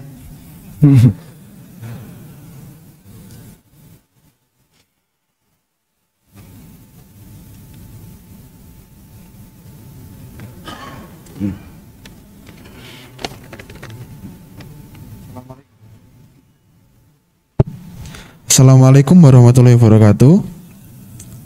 Ustadz, semoga selalu sehat dan istiqomah di atas sunnah. Apa ini? Amin. Walakum bimithlin. Mohon nasihatnya, bolehkah seorang anak menggunakan harta warisan orang tuanya yang sedang sakit? Jazakumullah khair.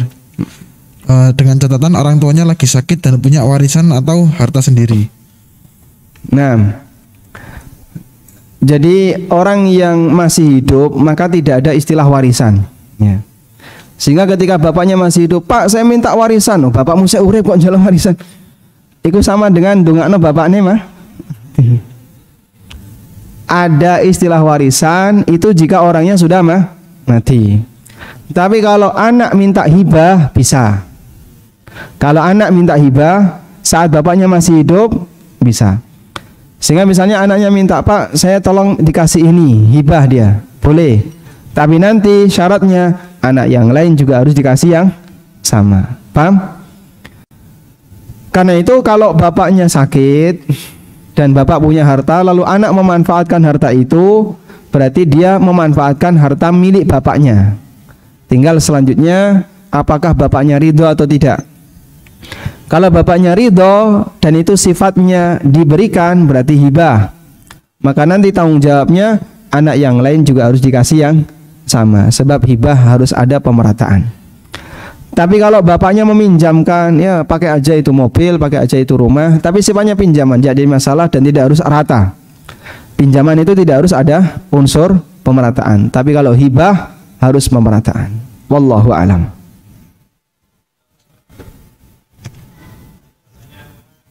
Oh baik, nanti dapat hadiah. Oh bukan. Oke. Keliru maksud.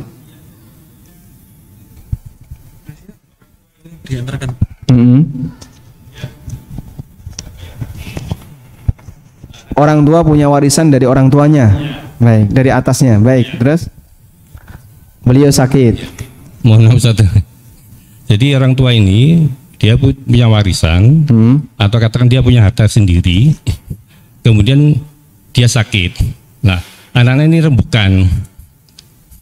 Sebaiknya apakah anak-anaknya yang membiayai orang tuanya atau menggunakan warisan ini?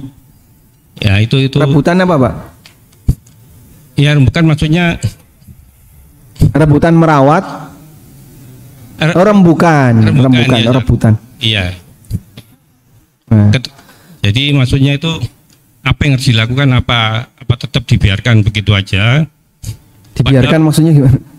Dia kan punya warisan, artinya anak-anaknya tidak bisa merawat secara apa, misalkan kalau misalkan harus masuk rumah sakit misalnya kelas 1 karena anaknya punya keterbatasan jadi kelas 3 misalkan. Padahal kalau seandainya hartanya ini digunakan warisannya ini, mungkin dia mendapatkan yang lebih bagus.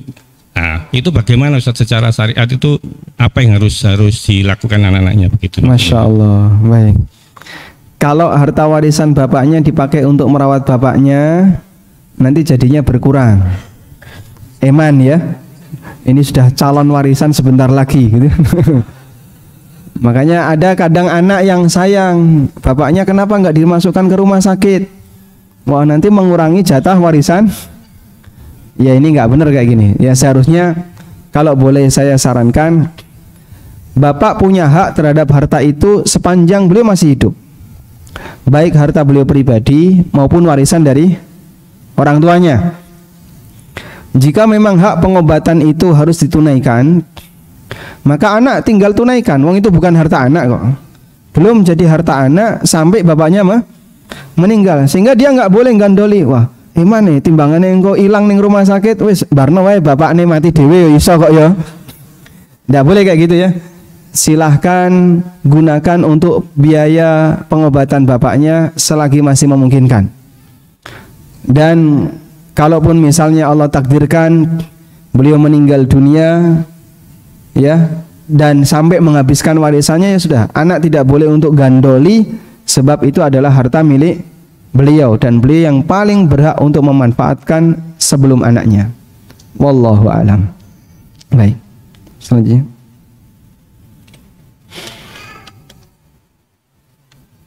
Assalamualaikum warahmatullahi wabarakatuh. Salam. Ustadz, jika dalam keluarga non muslim ada salah satu anaknya yang muslim, apakah sah warisan bagi anak yang muslim menerima warisan sesuai dengan perhitungan mereka? Jadi mungkin pakai hitungannya orang Kristen gitu. Bapaknya non muslim, ada salah satu anaknya yang muslim. Boleh nggak anak non muslim ini tetap dapat warisan? Rasulullah sallallahu alaihi wasallam bersabda, la yarithul muslimul kafira walal kafirul muslimah. Seorang muslim tidak boleh memberikan warisan kepada non muslim, dan non muslim tidak bisa memberi warisan kepada yang muslim, sehingga saling tidak bisa memberikan warisan. Lalu kalau anaknya muslim diberi warisan sesuai dengan perhitungan warisan hukum negara, karena setelah dimasukkan ke dalam hukum negara, anak ini tetap dikasih. Apakah dia berhak menerima? Jawabannya tidak berhak. Jawabannya tidak berhak. Terus solusi anak muslim ini gimana, Pak? Biar dia tetap dapat harta dari orang tuanya yang non muslim. Ada dua. Yang pertama, dia bisa minta ke bapaknya wasiat. Dan wasiat kepada ahli waris yang beda agama boleh. Sebab yang beda agama nggak dapat warisan. Nabi SAW mengatakan, ala la wasiyata li waris. Tidak boleh ada wasiat untuk ahli waris. Berarti kalau beda agama dia bukan ahli waris, maka boleh ada wasiat. Sehingga boleh ada wasiat untuk selain ahli waris, termasuk diantaranya anaknya yang beda agama. Maka anak muslim ini bisa minta kepada bapaknya, Pak, nanti tolong wasiatkan senilai harta tertentu yang andaikan sama agamanya dia dapat segitu. Andaikan sama agamanya, misalnya dia dapat 1/6, maka dia minta wasiat dengan nilai sekian. Tanda tangan, masukkan ke notaris sebagai saksi, notaris ikut bersaksi, tanda tangan, kuat insya Allah. Sehingga nanti dia bisa ajukan, kalaupun nggak dikasih, ini bisa dia ajukan ke pengadilan. Kalau tidak dikasih ya, meskipun kalau dia ikhlas ya sudah selesai. Yang kedua, bapak sudah mati sebelum wasiat, dan dia mati non muslim. Anaknya sebagai anak muslim, berarti kan tidak ada wasiat dong, bapak wis mati. Apa tukang yang kuburan, Pak, jaluk wasiat? Ya podo wae ya. Terus solusinya gimana? Anda minta saudara Anda. Minta kepada saudara. Duwe dulur piro sampean? Dulurku telu, kafir kabeh. Yang muslim cuma 1. Sudah? Minta kepada saudara. Boleh enggak saya minta sekian? Saya tidak berhak, tapi kalau saya minta sekian boleh enggak? Minta kepada saudara sama dengan minta jatah mereka untuk orang ini. Kalau saudara ridho, selesai masalah. Walhamdulillah. Dan boleh ahli waris yang tidak dapat warisan minta jatah kepada ahli waris yang lain. Wallahu a'lam. Cukup ya. Walhamdulillahirabbil alamin. Karena sudah jam 11. Ini tolong nanti diapakan sama panitia. Lalu kalau ada ustadz yang lain yang bahas masalah warisan bisa disampaikan. Insyaallah. Baik, demikian, semoga apa yang kita bahas ini bermanfaat. Dan bagi Bapak Ibu para penanya, berhak mendapatkan buku ini, Matan Ushulus Tsalatshah. Hadiah ini diapain? Hadiah dibagi. Baik, hadiahnya dibagi. Ada yang mau ini? Mau, Pak? Mau, silakan, Pak. Beli angkat pertama ya. Angkat tangan pertama. Baik. Kau sudah angkat tangan ada apa? Hah? Belum jawab. Baik, belum dapat. Masya Allah, gimana? Hah? Pertanyaannya gimana? Coba ringkas saja, ringkas saja. Nah.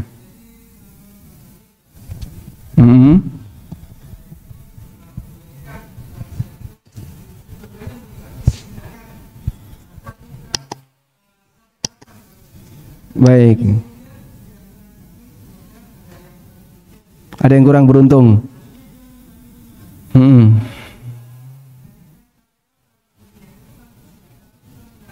Ya. Baik.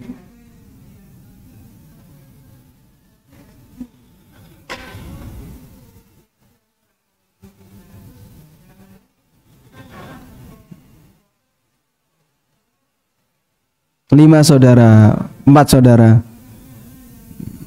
Baik. Baik. Barakallahu fikum. Tadi untuk masalah disegerakan dan ditunda kita sudah jawab, Pak ya. Intinya harta itu apakah mau ditunda atau disegerakan kembali kepada kesepakatan para ahli waris. Kalau ada salah satu yang minta disegerakan, berarti nunggu aset ini terjual. Kalau aset ini susah untuk terjual, rela nggak salah satu di antara saudaranya nyusui? Ya gue tak bayari aja, tak susui. Harganya ini berapa? Harga berapa itu bisa mendatangkan tim appraisal. Masya Allah. Wah tambah larang nih kayak gini ya. Dikira-kira aja takon pasarannya sama masyarakat kanan kiri. Ini kira-kira pasaran rumah ini berapa? Sekian. Baik. Berarti dibagi. Ini dapat sekian, ini dapat sekian, dapat sekian ya. Anak laki-laki 2 kali dibandingkan anak perempuan. Lalu diputuskan. Berarti ini kalau diuangkan jadi sekian. Nyusui. Hakku 200 juta. Berarti kalau jenengan mau beli rumah ini, silakan beli hak saya, dibayari 200 juta. Sudah? Saham orang ini diakuisisi si A. Sahamnya C dibeli juga sama si A. Sama jatai piro? Oh anak wedok 100, bayari 100. Nah, dia sudah dapat jatahnya. Jadi si A punya 3 saham. Saham miliknya, B adiknya, dan C adik perempuannya. Begitu seterusnya sampai akhirnya terbeli 100%, silahkan. Dan masalah nilai sesuai kesepakatan. Kalau misalnya merasa berat, Pak kalau ngalah saya kok berat, ya boleh nggak ngalah. Tapi kalau Anda misalnya ngalah dalam rangka menjaga kerukunan keluarga, insya Allah lebih baik. Hadiah selanjutnya, siapa yang mau? Pertanyaannya. Oh iya kan pertanyaannya. Pertanyaannya ya. Pak sudah selesai waktunya Pak. Nanti di lain waktu insya Allah. Semoga nanti Allah mudahkan bisa datang ke Surabaya lagi ya. Baik. Pertanyaan yang pertama. Apa makna ilmu waris setengah ilmu? Nah, baik. Yang angkat tangan pertama.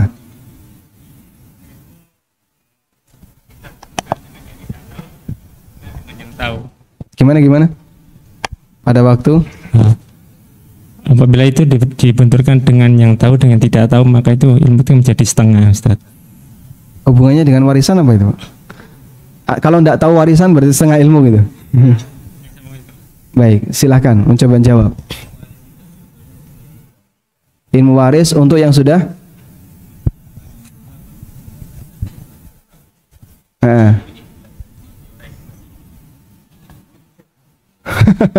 maksudnya gimana? Ilmu ini baik, ilmu yang membahas harta untuk orang yang sudah meninggal. Nah, disebut setengah ilmu, hubungannya apa? Setengah mati.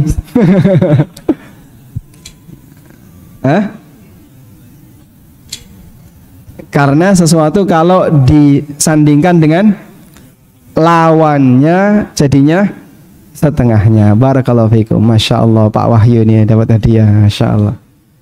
Orang jauh nih Pak dari Kalimantan nih. Jazakallah khairan. Ini kok sudah pada bubar berarti sudah selesai ya. Baik, kita selesai saja kalau begitu. Demikian yang bisa kita bahas. Semoga jadi kajian yang bermanfaat. Semoga Allah Ta'ala memberkahi apa yang kita pelajari. Wassallallahu ala nabiyyina Muhammadin wa ala alihi wa sahbihi wa sallam. Wa akhiru da'wana anil hamdulillahi rabbil alamin. Wassalamu alaikum warahmatullahi wabarakatuh.